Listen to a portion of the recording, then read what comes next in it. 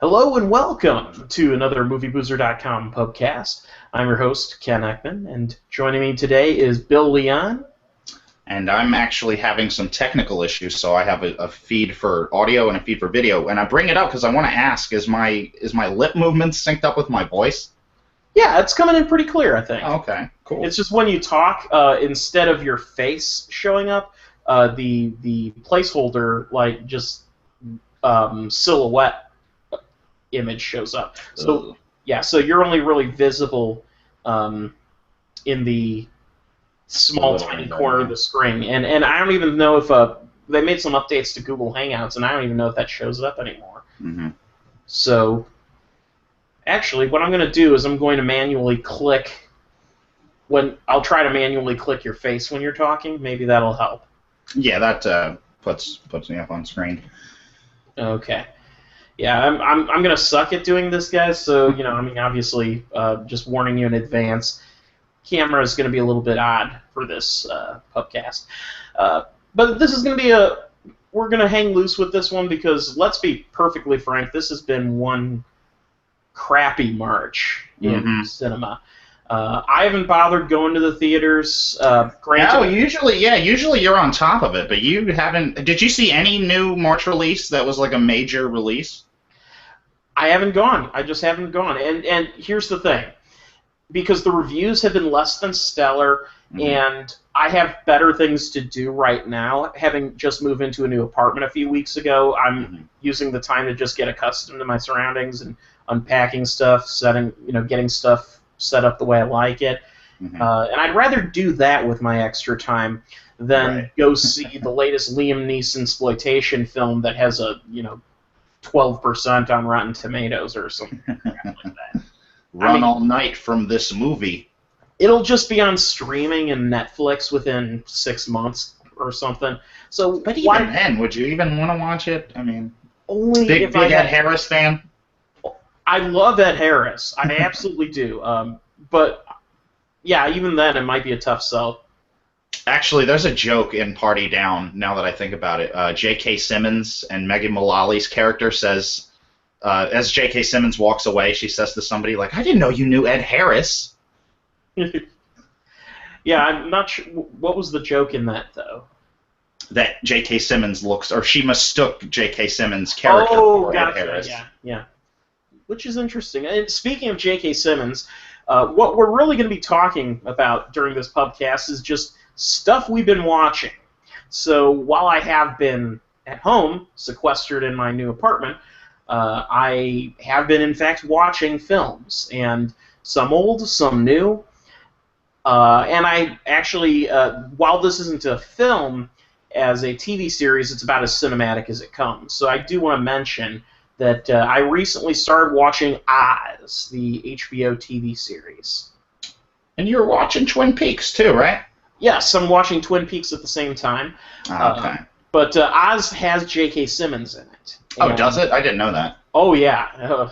I'll get into that in a moment. But Oz was the first hour-long dramatic television program that HBO showed. It came before even The Sopranos.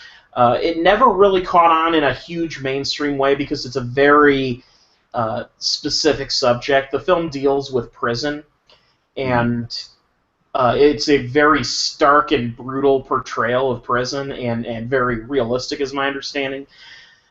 Basically, the show is set in this fictional prison that has a cell block separated. That's sort of an experimental cell block where that's set aside for basically for special cases of prisoners. And it's a situation where you have a very segregated prisoner setup. You have a pretty even selection of prisoners from all walks of life in this one area. And J.K. Simmons plays the head of the Aryan Nation at this prison. What?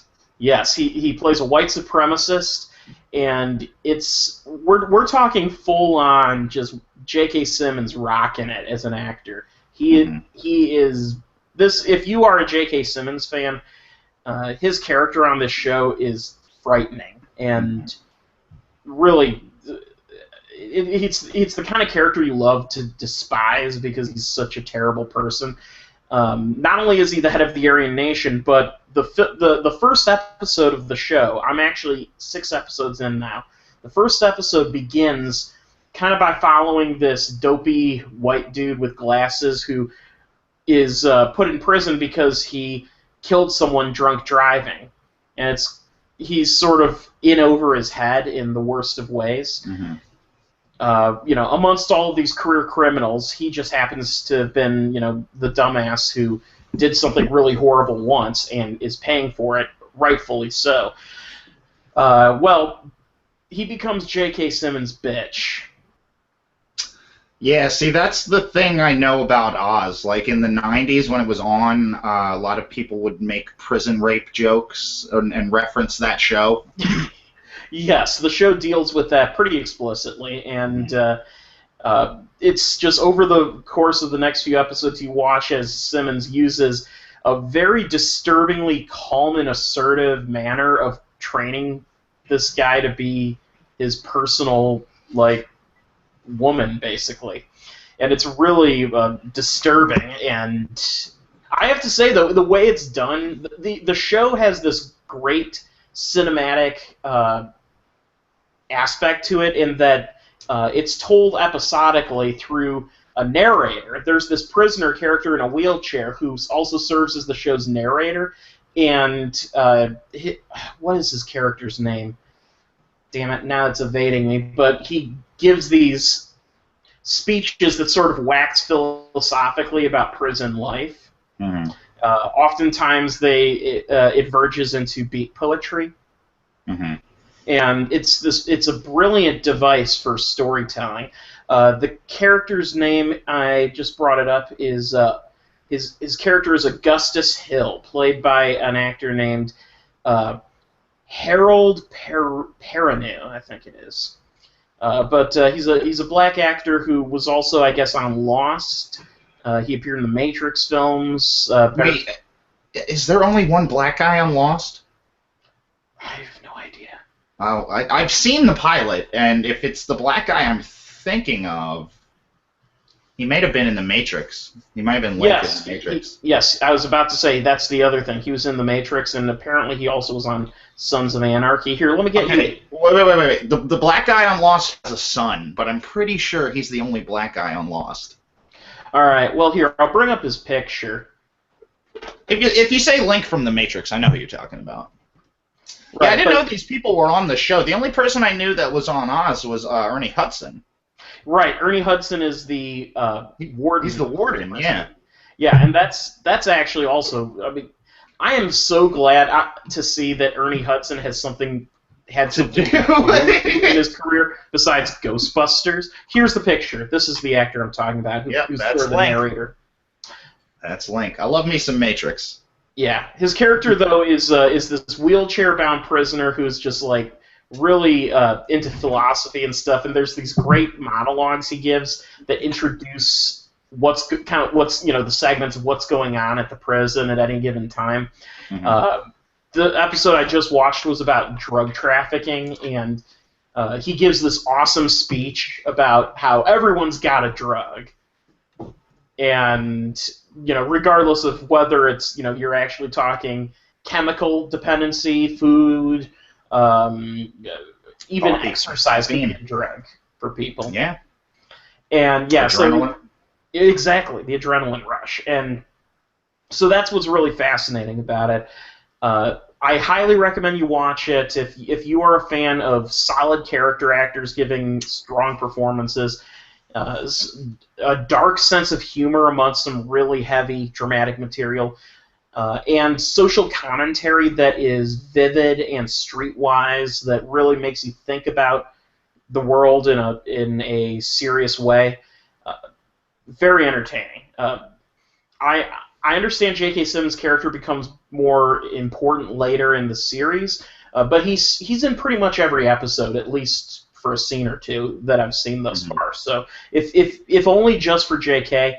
And Ernie Hudson, they both rock it. So right. And really, I mean, Ernie Hudson was great in Ghostbusters, and even in Ghostbusters 2, but to be honest, I haven't really seen him in all that much other than like cameos on TV shows. So it's great to see him in a role where he is like he's there to stay and he's one of the starring cast. Anyway, so that's my rant about Oz. So Bill, you have something to share with us. I got some stuff to plug. I bought some stuff last week, the first of which was all of the DVDs that Red Letter Media offers on their fantastic website, redlettermedia.com. And you get, first off, I'll talk about this one, the archive collection, which is mostly stuff that you can already find on their YouTube channel, but there's other stuff on here. The History of Plinkett documentary, the amazing Rich Evans anthology, which, do you want to try to explain what that is? Oh, sure, yeah. The Rich Evans anthology is a series of short films that probably were all shot in a day, for all we know.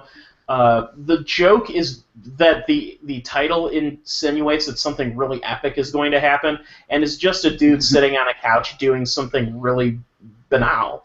It's just really not unimportant. And I think my favorite one is there's the two-parter, which is Rich Evans probably has AIDS, followed by Rich Evans has AIDS.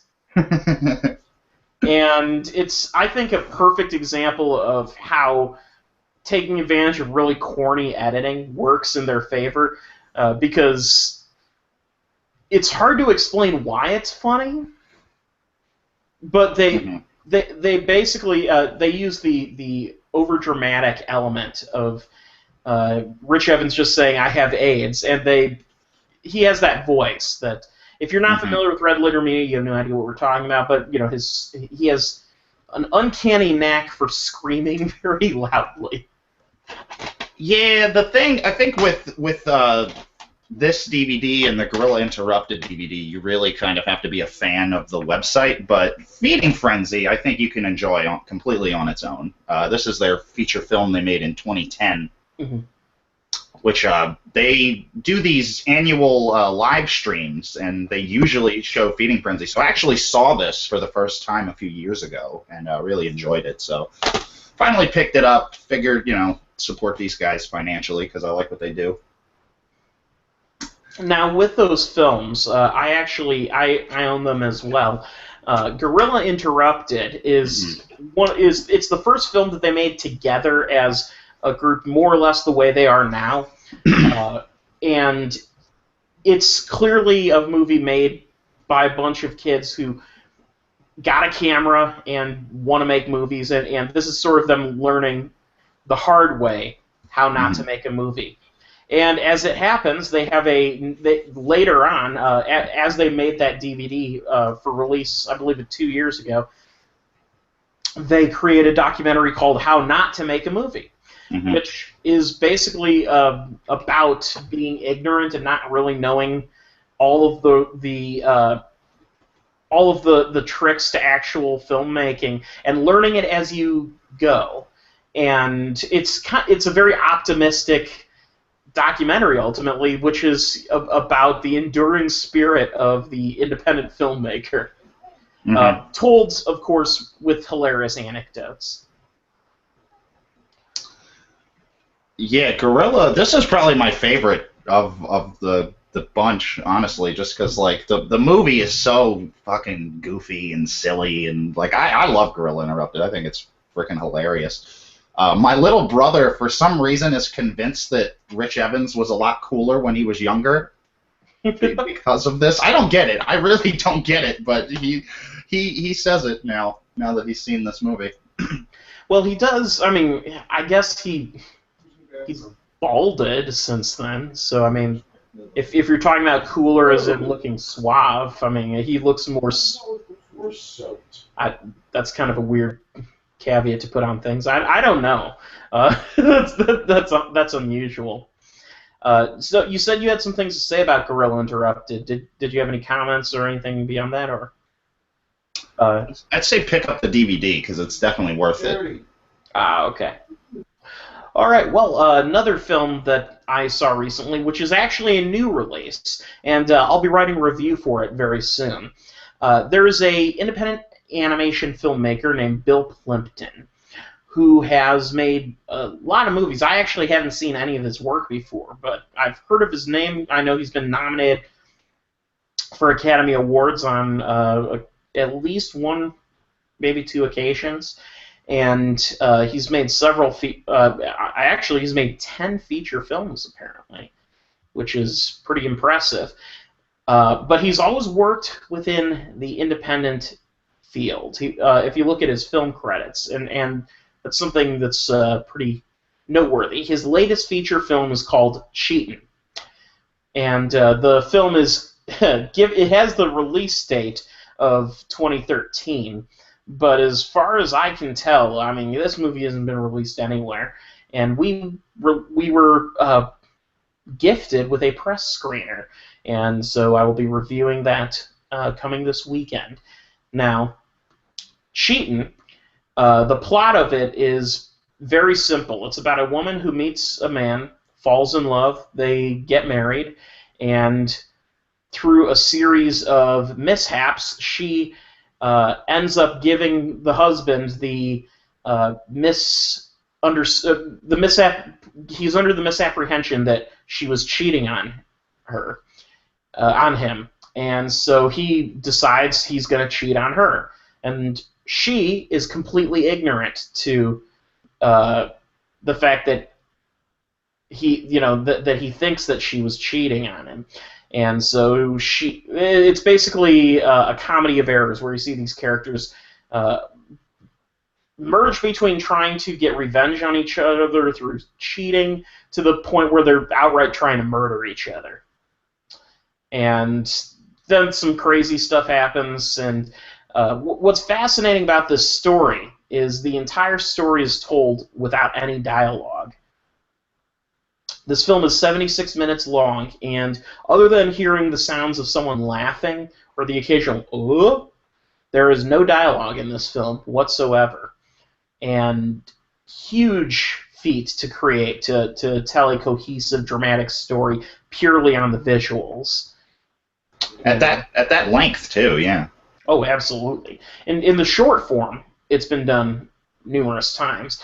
But, in fact, I mentioned this to Zach when I was watching it, which was the one thing that always disappointed me about the first time I went to see Wall-E in theaters was they accomplished quite a feat in the first half hour of that film, in that it is nearly devoid of dialogue. The only dialogue is, them saying their own names, and that doesn't bother me all that much. And then as soon as they get onto the spaceship and you see some of the characters talking to each other, I feel like the film declines a little bit, and it goes from being a just brilliant piece of storytelling to something which is just kind of ordinary.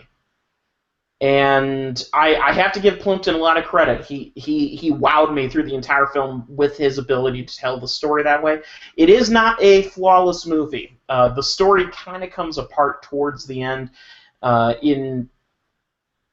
regardless of whether you had dialogue or not, I think it's just a flawed basic premise. Eventually, she meets like this magician who has a machine for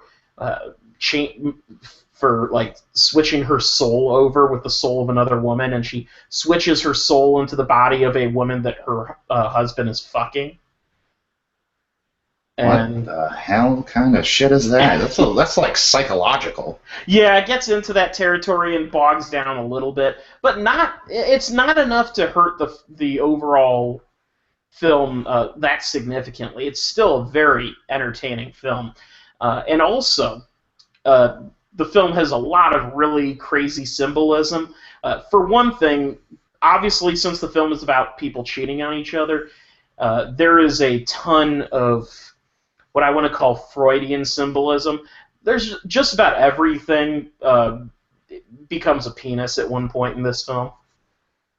And here's the thing, he hides it. It's not like an explicitly drawn dick it's something that's like a stand-in. Like there's a scene where a person's sniffing a flower, and it just kind of whiffs a little bit, like like a puff of what should be smoke, but or pollen. But clearly, it's meant to look a little bit more phallic. Yeah. yeah. And then there's one of the characters' noses is very phallic in shape. There's a scene where a girl crying essentially looks like someone coming. This sounds like a French animation. That's the thing. Apparently, the French love Bill Plimpton, and you know what? This has all the earmarks of a French film. Yeah. If you did not know that this guy's name was Bill Plimpton going in, you would think, this is a French movie. I can't remember what it's called. There's like a French film from the 70s that sneaks in a lot of dicks all over the place. Oh yeah. Well, this movie, of course, will never see the light of day in major mainstream theaters because it's an art house animation film. But I don't know based on the release date being when it was. Technically, it was completed in 2013, but it hasn't been released until 2015 or 14, depending on what source you see. I hope it gets eligible for Best Animated Feature because it's a really cool movie. I guarantee you, though, they might find some way to shut it out, which is just how they treat that category over at the Academy. Well, it's just first of all, this year has been pretty much free of major animated features thus far, other than the SpongeBob movie, which you just saw, didn't you?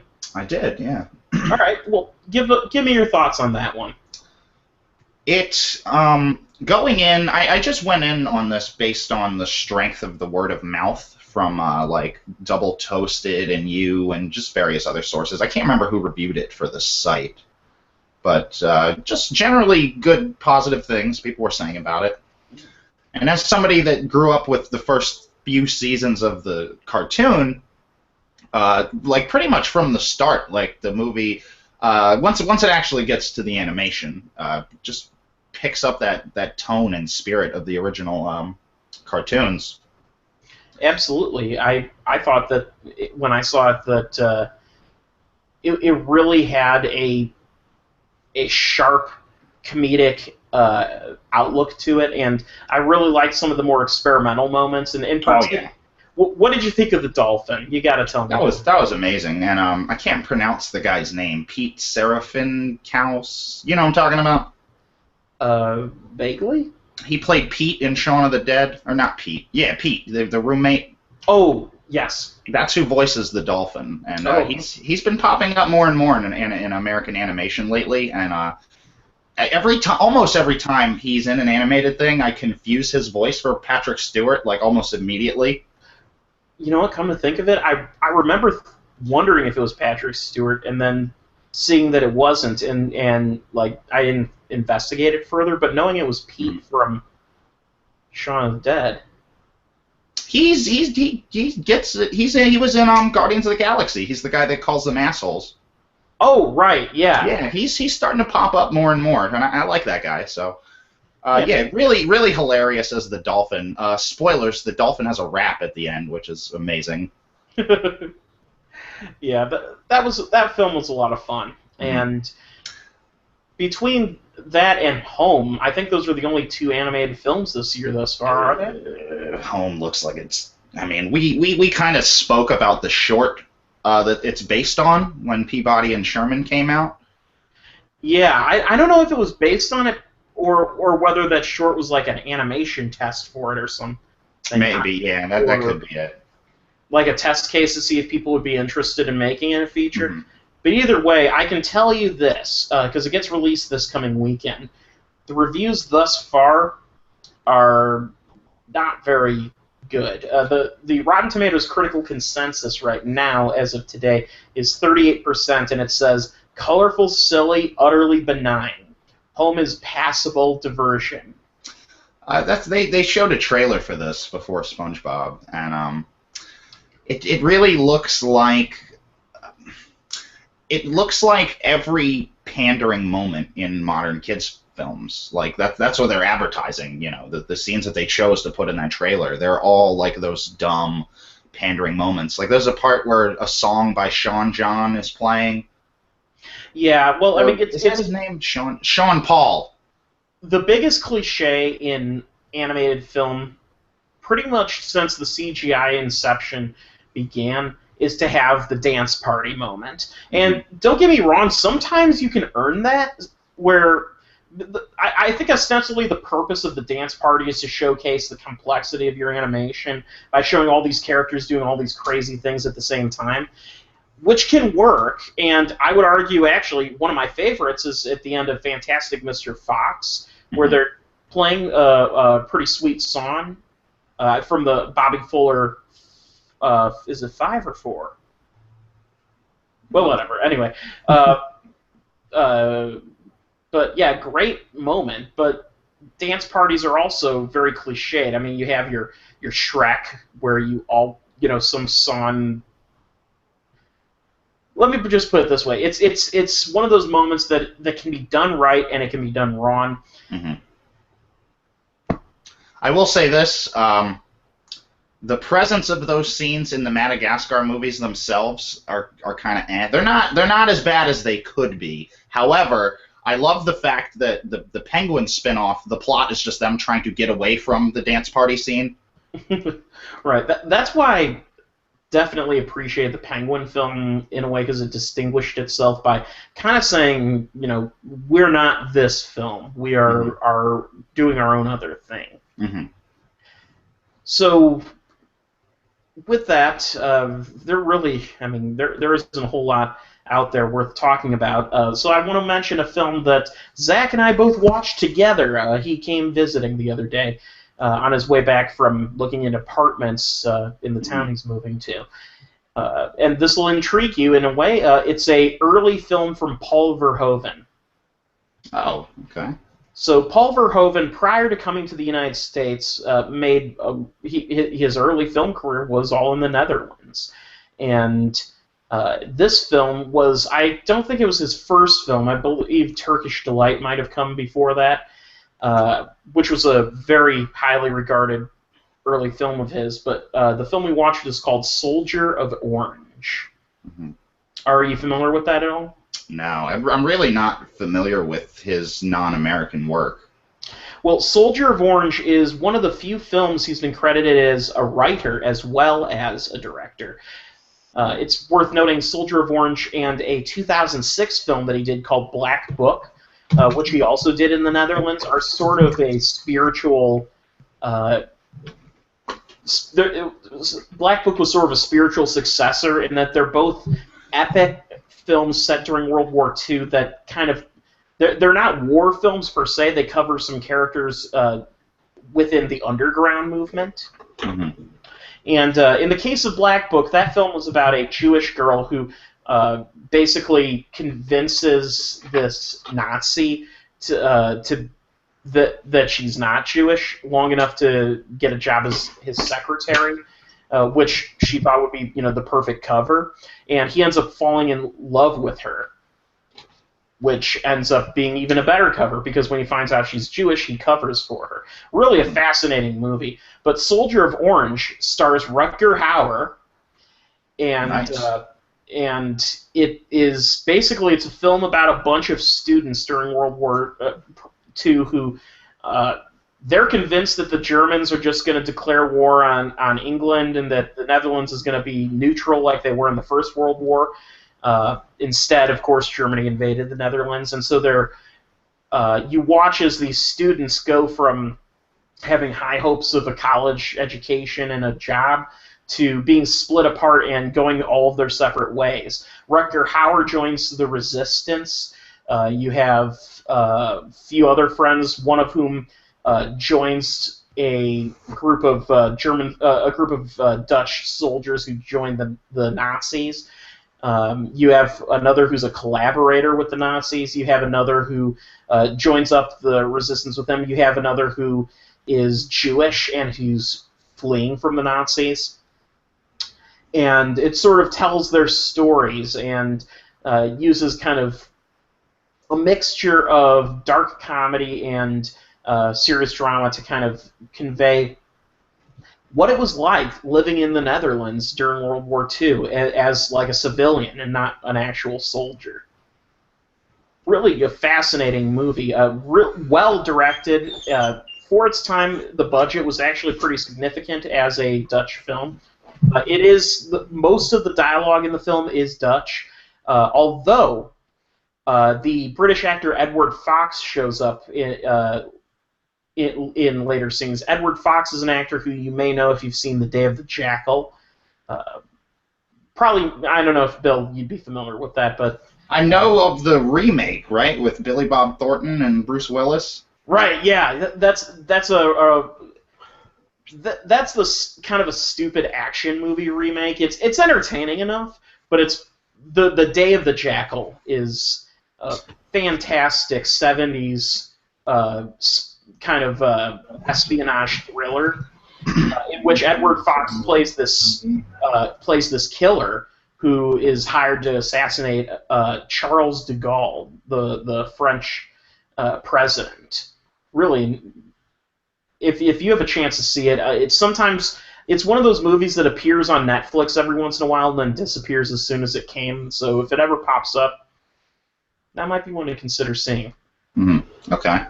But that said, Soldier of Orange, if you are a fan of Paul Verhoeven, this film bears a lot of his trademark elements of kind of pushing things to their extreme. Everything is very heavily stylized. Even the dialogue and performances are very, extreme. And it benefits greatly, the film. So that's something I want to see. I have not seen Turkish Delight. I've heard great things about that movie, also starring Rutger Hauer, by the way. If you're a fan of Rutger Hauer, also, I mean, it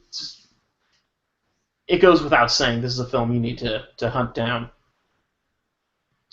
So, Bill, you have something that's not a movie or TV or anything to discuss. Right. Actually, well, yeah, speaking of... Well, now that we were done talking about Oz and cheating, let's combine the two. Cartoons and prison. Recently... That isn't Super Jail. Yeah. It was like 2 months ago, I saw this article about an LA cartoonist who had went to prison and drew all these cartoons about her experiences in prison and had to hide them from the guards and all this. And she recently put them out in a collection. You can get this on Amazon for like $25 or something. And it's just the drawings that she did in jail, but they're really nice. They're really funny and fucked up and dark. And she sent me, this is a still from an animated short she's working on called The Circus. Wow. Yeah. Yeah, I would definitely recommend picking it up if you like the story. It's real quality stuff. So tell us a little bit about this prison thing. So she was imprisoned originally, put in jail because she violated a court order. I saw that in an article. So what are some of the things she relates, some of the stories she relates from prison? She was actually, I think she spent 1 month in one jail and then was moved to another one. Mm-hmm. And really, like, some of this stuff is really dark. Like, guys talking about showing their tits off and, what's this one?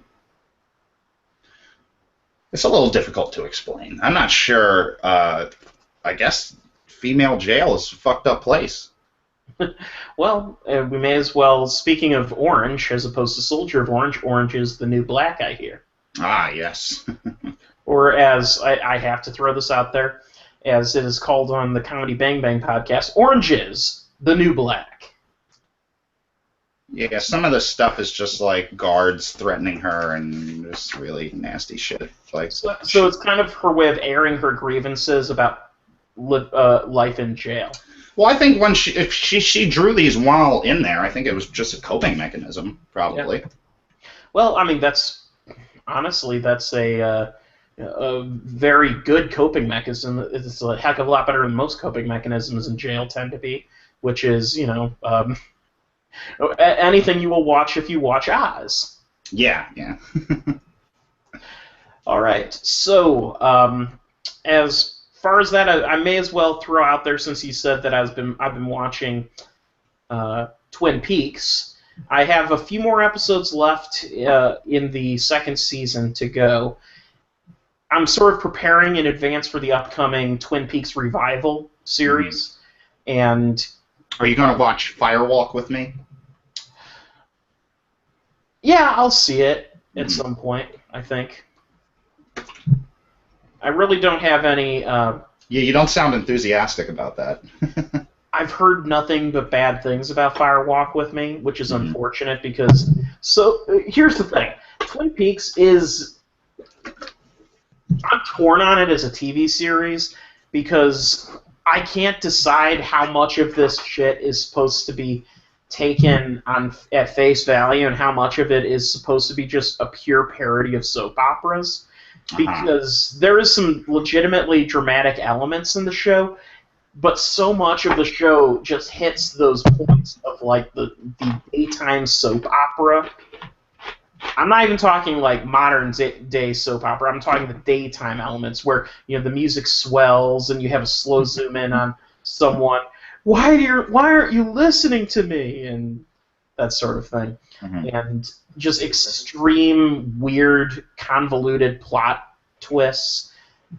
I honestly think that David Lynch conceived it as a parody of soap operas. That's the only legitimate explanation for it, but I'm enjoying it profusely.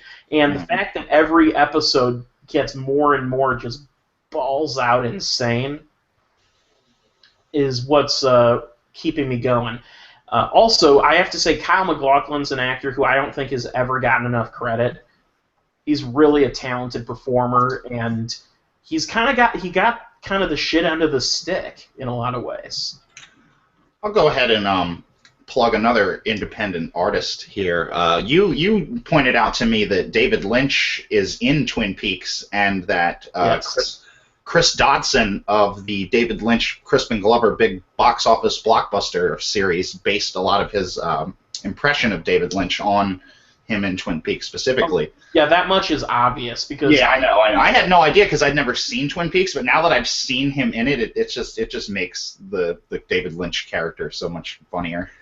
Right, I've seen Lynch interviewed in numerous occasions, and I mean he has some elements of that impersonation, but it's never been.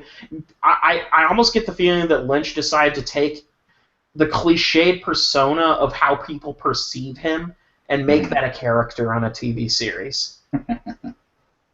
And that is really cool. Now I would love to see Crispin Glover try that. That's sort of the next.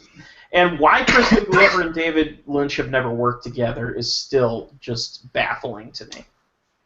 Crispin Glover is in Wild at Heart. Oh, that's right. But he doesn't. He has like 2 lines. He's not in it for very long. I forgot about Wild at Heart's a movie that I almost find. I mean, it's such a commercial by comparison David Lynch film, which is hard to point. I mean, that and The Elephant Man are his commercial films because those films both have very straightforward. Well, okay, the straight story... I was going to say straight story. The title is almost like a joke. Except that the straight story still has a lot of weirdness in it that is like... Well, no, maybe that counts. The straight story, though, still, even though it's... The Elephant Man is actually, I would say, the film of his that feels the least like a David Lynch movie. Wild at Heart certainly is David Lynch territory, but Straight Story, even though it's a very straightforward chronological movie, it is David Lynch from beginning to end, and it features one of the briefest on-screen performances that honestly just blew me away, and it's just the scene at the very end where you see. Where you meet the brother of this character, Alvin Straight, and you see that the brother is Oh shit! Now I'm brain farting on. What's the character? You were breaking up. I didn't hear what you said. In the Straight Story, his brother. Oh, okay. I haven't seen that one. Oh, you haven't? Oh, really? I've only seen Wild at Heart, and I saw Eraserhead like years ago, but. Okay. Well, now that you've killed just enough time for me to Google it, in just a second here, I should have the name.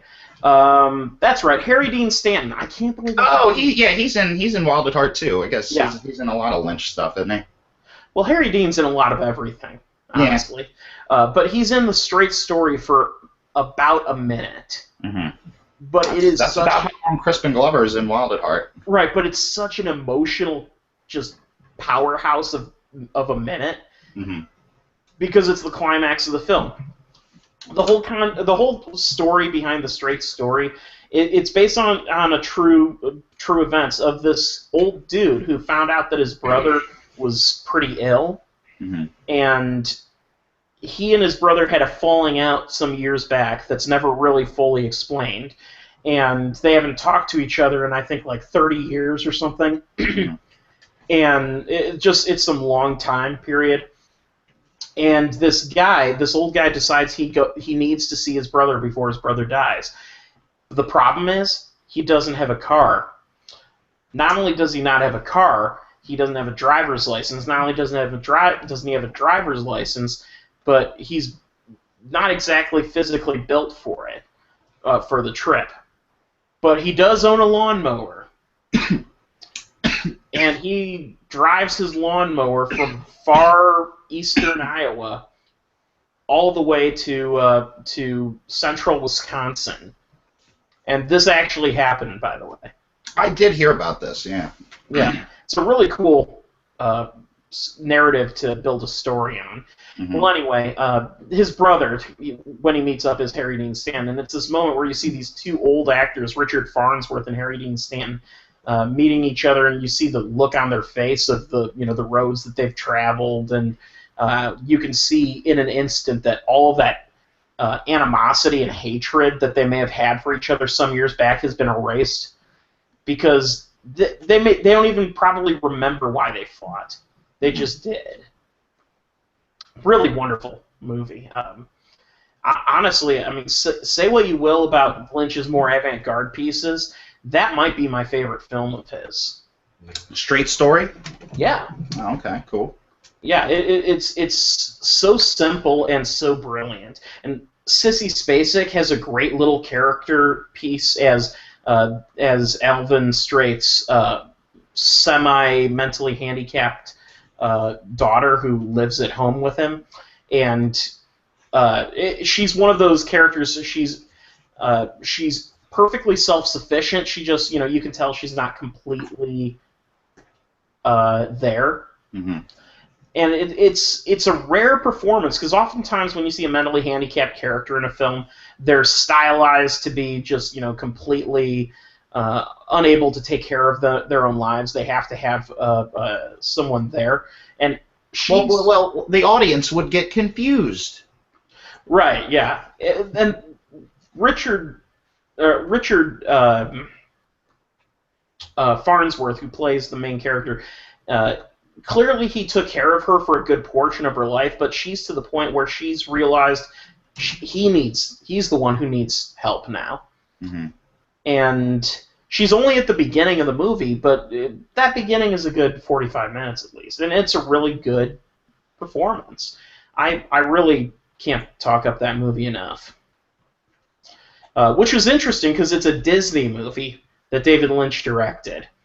Disney movie. Yeah, it was your requisite Disney inspirational drama film, except they happened to just pick a director who knew how to make one of those movies amazing, as opposed to just mediocre. Because so far, honestly, this year, one of the best films of 2015, in my opinion, right now, this year, is McFarlane USA, which in any other year would not have made even at this point, wouldn't have made the top 10. Right.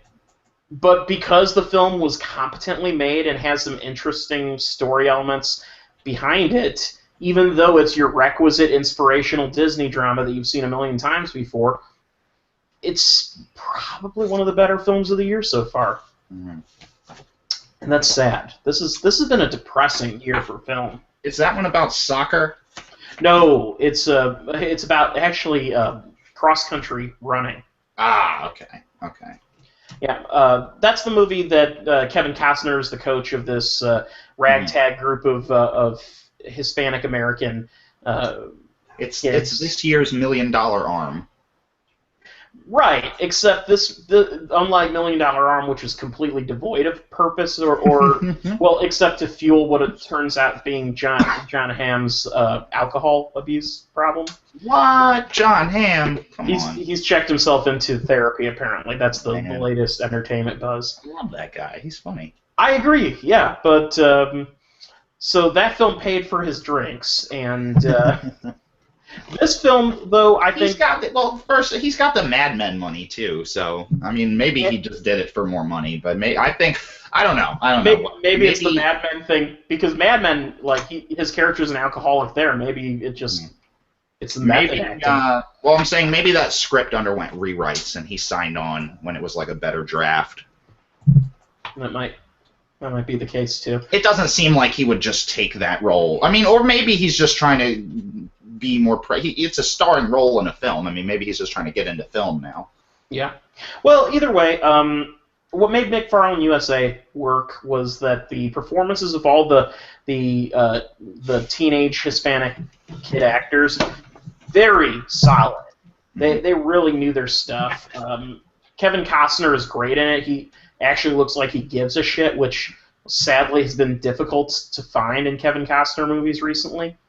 Mm-hmm. And the story is, of course, really generic. Your typical sports movie. You know, are they going to win or are they not? And yeah, oh, they win. Oh, yay! They came all that way. But because every other element gels, it made the movie work. And the fact is, the film did deal with a very specific and important social issue, directly addressing the problems of the American farm workers. You know, the day workers who picked strawberries or pick soybeans or whatever. You know, just they do the dirty work and they get paid shit for it. And so, you know, that's something that I like to see. I like to see movies that really support the little guy. Mm-hmm. Anyway, so that's all I have. Do you have any other topics you'd like to bring up? Did you see Insurgent last year or 2013, whenever that came out? You mean Divergent last year? The new one's Insurgent. Divergent, yeah. Okay, the new one is Insurgent. Okay, I'm gonna lose. And the sequels are also like adjective int or something. So it's just gonna continue to get more confusing. Yeah, I didn't see Divergent, I didn't see Insurgent, and I know that Divergent is currently on HBO Go, so if I have abso-fucking-lutely nothing to do this weekend, which I don't, I have things to do, I might put it on if only to say that I tried, but I've heard nothing particularly. Here's the thing. I heard people talk about all of those, and people said that the Maze Runner was better than Divergent. And I saw the Maze Runner. Well, I was going to say, more people saw the Maze Runner. Yeah, I saw the Maze Runner, and I thought it was mediocre, but had some interesting ideas. Okay, we do have some stuff to talk about. Well, you liked it? No, not that. Not that. Movies that are coming out this weekend. Yeah, well, we talked about Home. Yeah, we did. We already talked about Home. While We're Young, the new Noah Baumbach movie, which I've never seen a Noah Baumbach movie. I was aware of The Squid and the Whale when it came out because Wes Anderson was a producer on it, and I probably had an intention to sit down and watch it at some point. I just never got around to it. Here's the fucked up thing, man. I've had a DVD of The Squid and the Whale for about a year and a half, and I haven't put it on yet. You see, so it's not just me. Like, what is it about this movie that? It's not that I don't want to watch it. Here's the thing. I bought it. It was when the Blockbuster Video was closing near me. They were selling all of their stock, and so I ended up buying about like 6 dozen DVDs and Blu-rays. And I've watched maybe half of them. But the thing is, they're movies that I wasn't necessarily in the mood to watch right away, but I just bought them because they were dirt cheap. At one point, the Blockbuster Video, when it went out of business, Blu-rays were going for, it was 5 for $20, and DVDs were 5 for $10. And unfortunately, the Blu-rays blow because the Blockbuster Blu-rays were specially made for Blockbuster, and they all have like 8 unskippable trailers before them when you put the DVD in. Okay. And the only way that's why you're gone, Blockbuster. Yeah, no shit. I mean, you're gonna do that. Here's the thing. Unskippable trailers worked only once, and that was on VHS. I mean, sure, you could fast forward, but honestly, who fast forwarded through VHS trailers? Those shits were awesome. I would. Oh man, not always, but if I wanted to see the movie really bad, like, fuck, I can't even think of like a movie. What's like a late, you rent Reindeer Games. You're like, get to the movie. I'm ready to start this. You see, I had growing up, my favorite tape, the tape I probably watched the most, was my copy of GoldenEye. I had the James Bond film GoldenEye on VHS, and the first trailer that comes up in the GoldenEye VHS is for Heat. Actually, I need to bring something up. Speaking of VHS, did you see the new Best of the Worst episode? Yes, I did. They do the reel-to-reel VHS transfer and claim that it's the first time that's ever been done. I did that because I wore a tape out. Right. They were just being facetious. I did that shit when I was like 14 years old, so... Yeah. Well, yeah, you can perform surgery on a VHS. I've done it too. I mean, I haven't transferred the reels to another tape, but I have fixed like an issue if the tape got fucked up. This is a blast from the past, and if we have any viewers that are like my age, they might know what I'm talking about. Right before Pokemon like officially came out, Toys R Us sent out these like 10-minute VHS tapes, just promoting it and telling you what it is.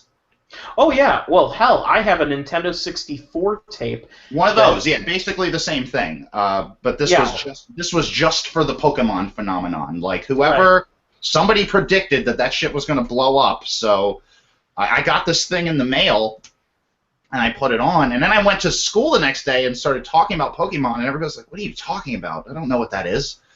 I was like, "I got it in the mail. Somebody sent me this in the mail," and then they were like, "We're gonna have you committed." But anyway, that was the tape that I transferred a better movie into, was just that, because there was just a 10-minute promo video for Pokemon.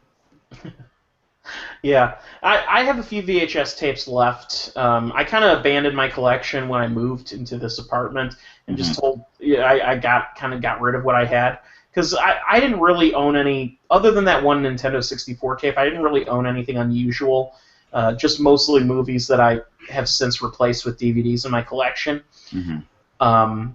But the 2 tapes that I kept, a copy of the animated cartoon The Snowman, the winter short, and that's because the tape that I have of it has the David Bowie intro, which the DVD does not have. And the David Bowie intro is pretty awesome.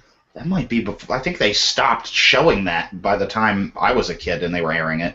There's a version you can find on YouTube of him doing it. And then also, similarly themed, random British person, British rock star, I have a copy of the animated film The Point. I don't know what that is. What's that? Oh, man, The Point? It's awesome, man.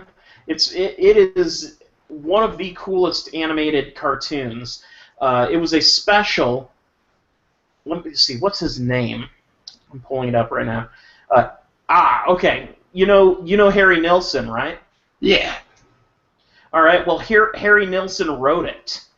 Oh, that's who you couldn't remember the name of? No. It wasn't. Oh. Here's the thing. I was trying to remember.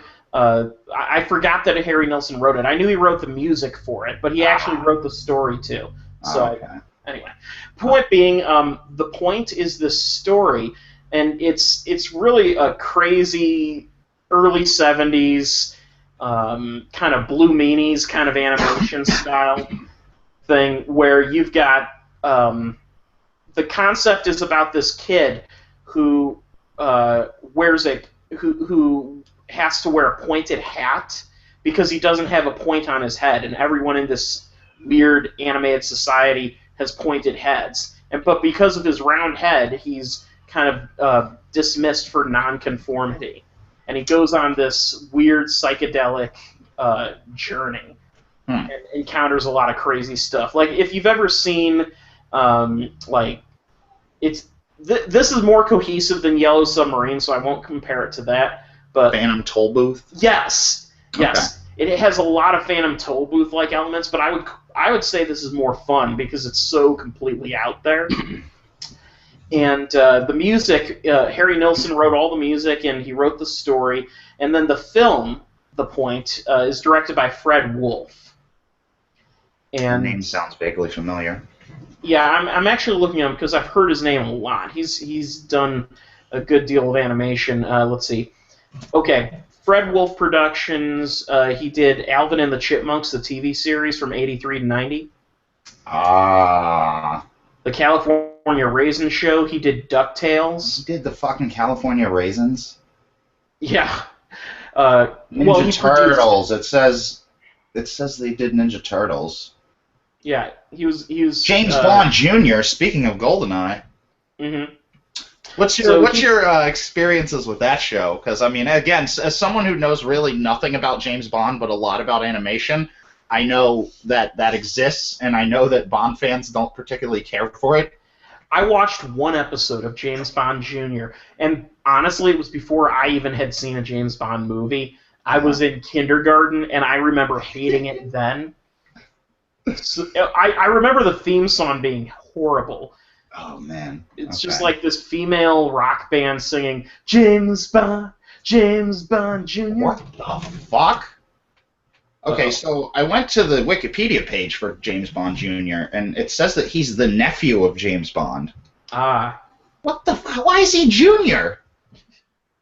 Well, I should get back to The Point really quick, because there's some interesting things. Besides that, the Point actually, when the cartoon was aired, depending on the version of the cartoon you own, it could be narrated by Ringo Starr, Alan Thicke, or Dustin Hoffman. For what? The Point. The Point cartoon that I was talking about with Harry Nilsson. The Point, yeah. Yes. Okay, you can pick who narrates it? No. Depending on the version of the VHS or DVD you have. There's just 3 different versions. Well, you see, here's the thing. It was first telecast with Dustin Hoffman narrating it. And then someone else named Alan Barsman narrated it. And then Alan Thicke did on another telecast. And then Ringo Starr narrated the official home video version. It's all the same animation, and all the voice acting's the same in the film, and all the music is the same, but for some reason the narrator differs from the film. Or from edition of the film. So, anyway, I'm going to force you to watch The Point because I think you'll appreciate it. Here's another bit that you'll like. Mickey Dolenz is a voice in it. Uh-oh. Did Bill just drop off?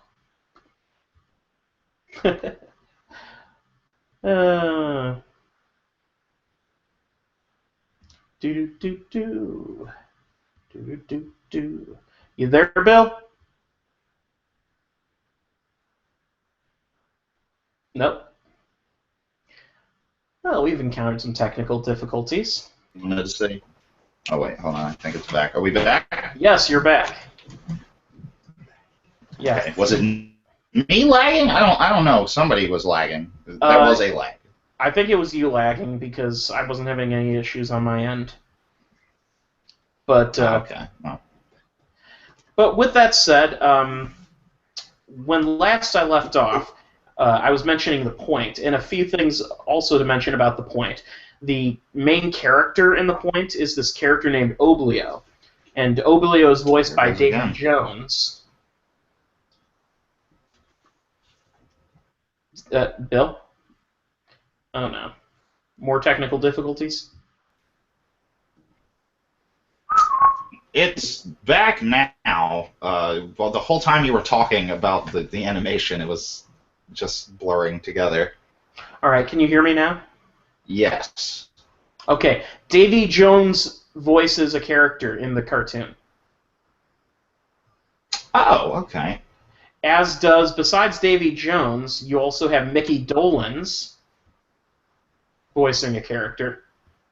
Now, Mickey Dolenz actually did some voice acting. He was the original voice of Arthur on The Tick. Mm-hmm. But yeah, Davy Jones and Mickey Dolenz both... Lagging up. What's going on? Are you lagging again? Alright, well, we're clearly getting some technical difficulties, so... are you able to hear me right now, Bill?